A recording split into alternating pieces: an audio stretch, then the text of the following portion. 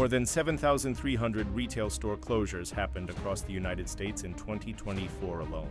That number comes from CoreSite Research, one of the most closely watched retail analytics firms in the country. 7,300 locations, not struggling brands in obscure markets, but names millions of Americans still recognize from their own neighborhoods, their own shopping routines, and their own family memories. What makes that number remarkable is not just the scale, it is the speed. Because most of these closures did not happen because a brand vanished overnight. They happened because something quieter and harder to reverse was already taking place inside the stores, inside the shopping habits of customers, and inside the economics of retail itself. Welcome to Euro America. Today we are counting down 10 American retail chains that are disappearing faster than most people realize, and more importantly, we are going to tell you exactly why. Stay with us until the end, because the final entry on this list is the one that says the most about where American retail is actually headed in 2025 and beyond. If you are new here, subscribe right now. This is the kind of content we bring you every week. To understand what is happening to these 10 retailers, you need to understand three forces that are operating simultaneously right now, and that none of them individually caused the current crisis. But together, they have changed the rules of retail permanently. The first force is the structural shift to e-commerce. According to the U.S. Census Bureau, e-commerce now accounts for more than 22% of all retail sales in the United States, up from just 11% in 2019. That doubling happened in 5 years. It is the fastest sustained shift in retail purchasing behavior in the history of American commerce. The second force is consumer financial pressure. The Federal Reserve's 2024 survey of consumer finances showed that 37% of American adults could not cover an unexpected $400 expense without borrowing or selling something. When households tighten, discretionary spending at physical stores is typically the first category to contract, and it contracts fast. The third force is what analysts call the experience gap. Retailers that cannot offer something a website or an app cannot replicate are losing the core reason customers walk through a physical door. When a store becomes only a place to pick up something you already know you want, it loses the browsing, the impulse buying, and the engagement that physical retail depends on for margin. Every retailer on this list is being shaped by at least one of these forces. Most are being shaped by all three at once. Number 10, Red Lobster. This one belongs on the list not because it is a traditional retailer, but because what happened to Red Lobster in 2024 reflects the same forces, reshaping every other business on this countdown. Red Lobster filed for Chapter 11 bankruptcy protection in May 2024 after closing more than 100 locations earlier that year. The chain that once defined casual dining as a special occasion, the endless shrimp, the Cheddar Bay biscuits, the birthday dinner destination for millions of American families, found itself unable to cover basic operating costs. The story behind the collapse is more specific than most headlines captured. A $20 million loss tied directly to an all-you-can-eat shrimp promotion that was priced below the actual cost of the shrimp it served is one part of it. But the deeper problem was a decade of underinvestment in the dining experience combined with lease obligations on locations that no longer generated the traffic they once did. Red Lobster was eventually acquired out of bankruptcy, and a restructured version of the brand is attempting to survive with a smaller footprint. But the version of Red Lobster that exists today is fundamentally different from the one that was part of American dining culture for 50 years. And the communities where those locations closed did not just lose a restaurant. They lost a ritual. Number 9, Bed Bath & Beyond. By the time most people noticed the signs in the windows, it was already over. All 360 remaining Bed Bath & Beyond physical stores completed liquidation by mid-2023. One of the most recognizable home goods retailers in America, a chain that operated for more than 50 years and once had nearly 1,000 locations, erased its entire physical footprint in a matter of months. The collapse was years in the making. The company spent more than $1 billion buying back its own stock between 2004 and 2019. Money that analysts argue should have been invested in store modernization and supply chain development. Meanwhile, competitors like Amazon, Target, and Walmart were building the logistics and digital infrastructure that would define where Americans bought home goods in the decade ahead. The Bed Bath & Beyond brand was purchased out of bankruptcy by Overstock.com which then renamed itself Bed Bath & Beyond to leverage the brand recognition. The product is now entirely online. For the customer who used to walk in with a 20% off coupon and spend 2 hours browsing kitchen appliances, that version of the store is simply gone. What makes this case worth studying is the buyback story. A company prioritized short-term financial engineering over long-term customer experience. And when the market shifted, there was no infrastructure capable of responding. The physical stores did not close because nobody wanted to buy home goods. They closed because the company spent the decade it needed to adapt spending money in a way that did not build anything that lasted. Number 8. Tuesday morning. If Bed Bath & Beyond represents how a large national chain can hollow itself out from the inside, Tuesday morning represents something different. What happens when the off-price retail model that was built for a specific ERA of shopping behavior meets a consumer who no longer shops that way? Tuesday morning was built around a simple idea: sell premium and name-brand merchandise at deep discounts, and make the experience feel like a treasure hunt. The unpredictability was the appeal. You did not know what you would find on a given visit, and that uncertainty kept customers coming back. The chain filed for bankruptcy for the second time in 2023 and completed Chapter 7 liquidation, permanently closing all 265 remaining locations. The company's core challenge was that the treasure hunt model requires physical presence. You cannot replicate it online. But the customer willing to drive to a strip mall and browse unpredictably for home goods turned out to be a shrinking demographic. Younger shoppers in particular move toward curated online discovery algorithms that surface relevant deals rather than physical trips to stores with inconsistent inventory. Tuesday morning's model was not broken. It was built for a shopper that is becoming harder to find. Number 7. Sears and Kmart. These two brands share a parent company and a story that is one of the most studied collapses in American retail history, not because the decline was sudden, but because it was so visible, so documented, and so slow that it became a case study in how long a brand can survive on legacy reputation after the underlying business stops working. At their combined peak in 2010, Sears Holdings operated more than 3,500 Sears and Kmart locations across the country. By early 2025, the number of operating Kmart stores had fallen to fewer than a dozen.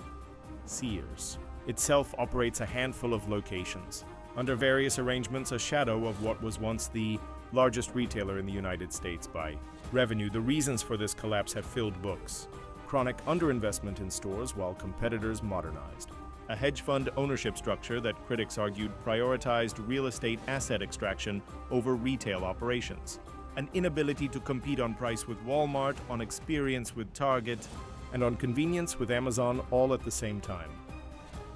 What Sears and Kmart leave behind is not just empty buildings, though there are many of those. They leave behind a demonstration of what happens when a retail brand tries to be everything to everyone in an era when specialization and digital convenience have permanently changed what customers reward with their loyalty. Number 6. Gap Incorporated, and specifically the shrinking physical store network across its family of brands including Gap, Banana Republic, and Old Navy. This is a case where the brand is not disappearing, but the physical presence that defined it for 2 generations of American shoppers is undergoing a fundamental reduction. Gap Incorporated has closed more than 350 company-operated stores since 2020 as part of a deliberate, strategic shift toward online sales and franchise arrangements in international markets. Gap and Banana Republic have borne the largest share of those closures. Banana Republic in particular has seen a significant reduction in its North American mall presence as the brand repositions toward direct-to-consumer online sales. Gap Incorporated's digital revenue grew to represent more than 40% of total net sales in fiscal 2024. From a business standpoint, the shift is intentional and financially defensible. But from a cultural standpoint, the disappearance of these storefronts from American malls represents another anchor being removed from a retail format that is already under enormous pressure.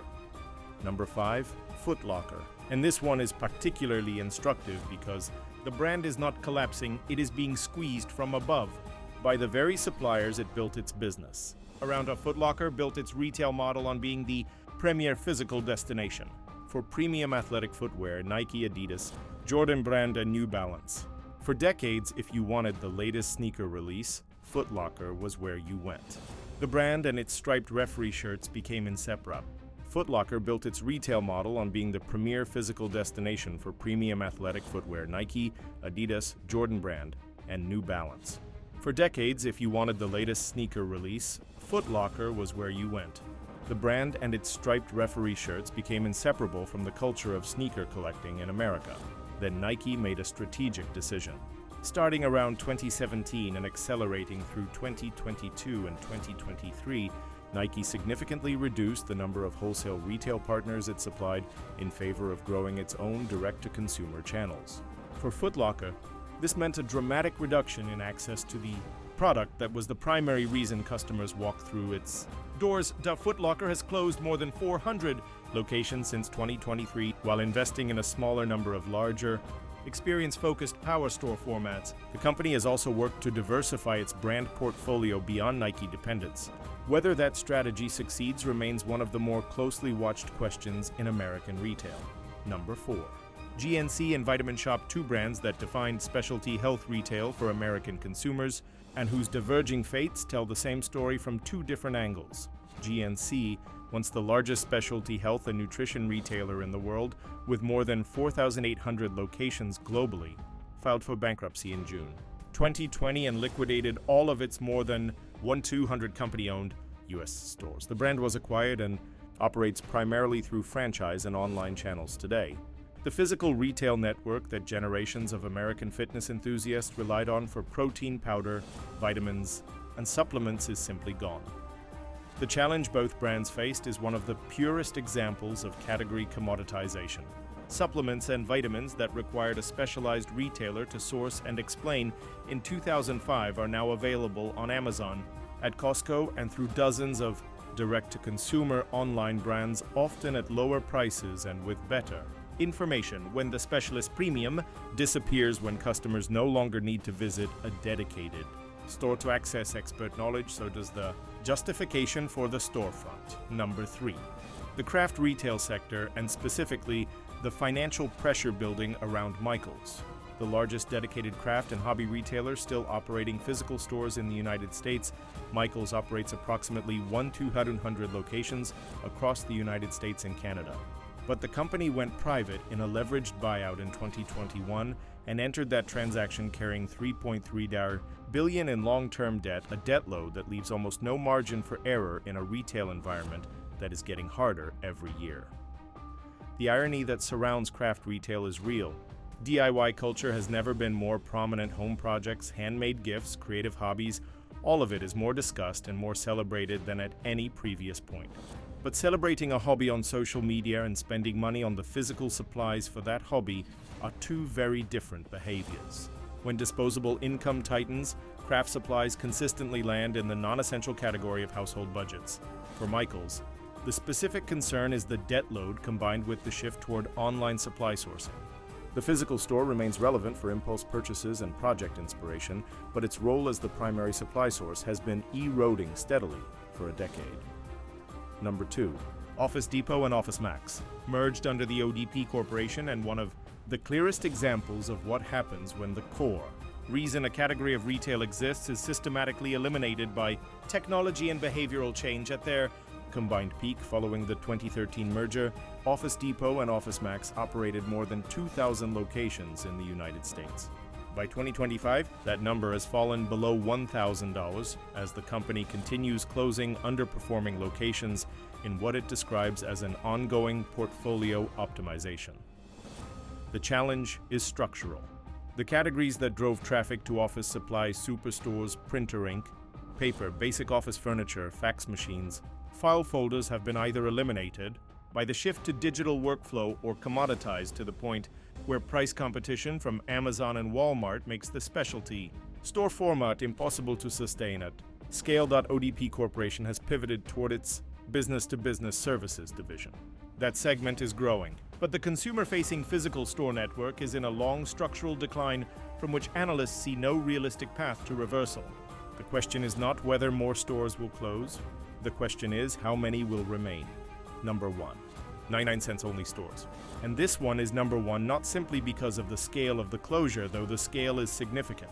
It is number 1 because of what this closure reveals about Yuho is most vulnerable when retail chains disappear, and why the economics that led to this outcome are not going away. In April 2024, 99 Cents Only Stores announced the permanent closure of all 371 of its locations across California, Texas, Arizona, and Nevada. Roughly 14,000 employees were affected. In some cases, workers arrived at stores to find closure notices with minimal advance warning. The company filed for Chapter 7 liquidation shortly after, and the stores were gone within weeks. The specifics of what drove 99 Cents Only to liquidation are directly connected to one of the most significant retail pricing disruptions of the current era. Persistent inflation in the cost of goods that a fixed price model cannot absorb when the cost of merchandise rises 20 to 30%, but your entire brand identity is built around a price point that cannot change without fundamentally altering what customers believe they are getting. The business model breaks. The communities that felt this most were not wealthy neighborhoods with multiple nearby shopping alternatives.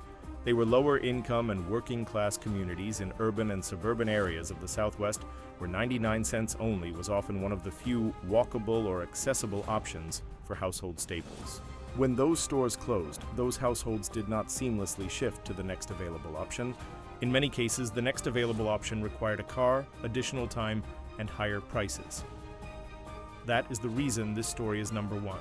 Not because a retail chain closed, but because WHO lost the most when it did tells you something important about the difference between a store closing and a community losing access to an essential resource, and about why the forces behind this retail transformation are not equally distributed across American life. 10 brands, 10 different stories, but underneath all of them, the same three forces. A permanent shift in how Americans shop, growing financial pressure on households that has made discretionary spending more fragile than at any point in recent memory, and a widening gap between what physical retail can offer and what customers now expect from it, what is worth sitting with and what does not always make it into coverage of individual store closures, is that these changes do not affect every neighborhood the same way. Access to retail alternatives, to delivery services, to transportation, these are not evenly distributed. When a Foot Locker closes in a suburban mall, a teenager drives to the next location or orders online. When a 99 Cents Only closes in an underserved urban neighborhood, the calculus is fundamentally different. At Euro America, we track the real data behind the stories that shape everyday American life, and this retail transformation is one of the most significant economic shifts happening right now, neighborhood by neighborhood, across the country. If this gave you something to think about, leave a comment below. Which of these closures hit closest to home for you? And is there a brand we did not mention that you have watched disappear from your area? We read every comment. Subscribe to Euro America if you have not already. We will see you in the next one.